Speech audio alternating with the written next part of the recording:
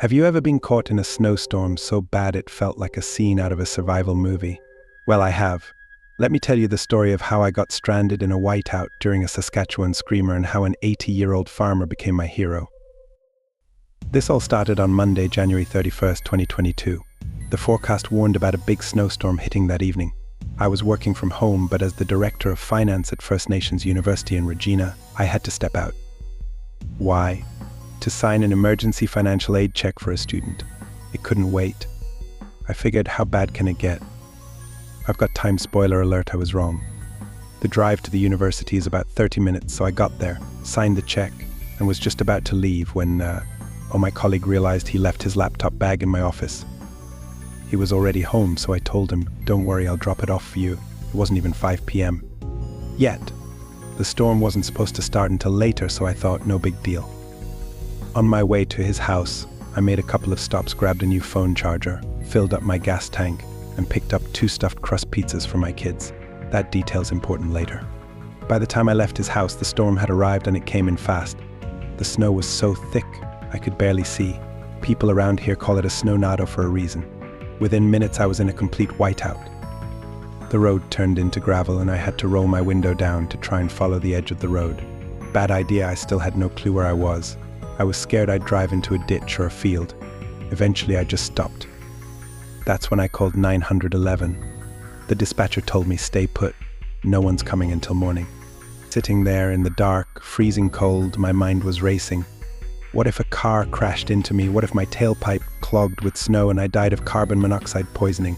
And worst of all, what about my kids? I called them, trying to sound calm.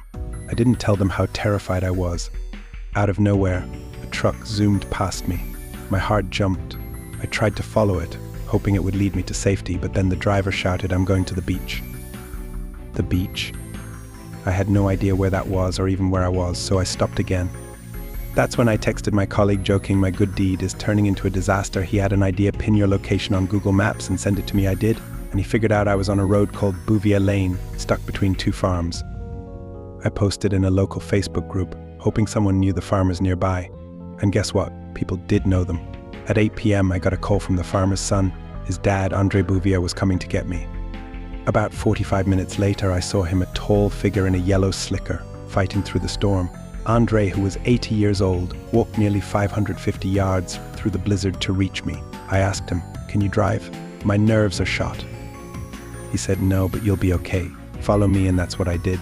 Step by step, I followed him through the storm until we reached his house.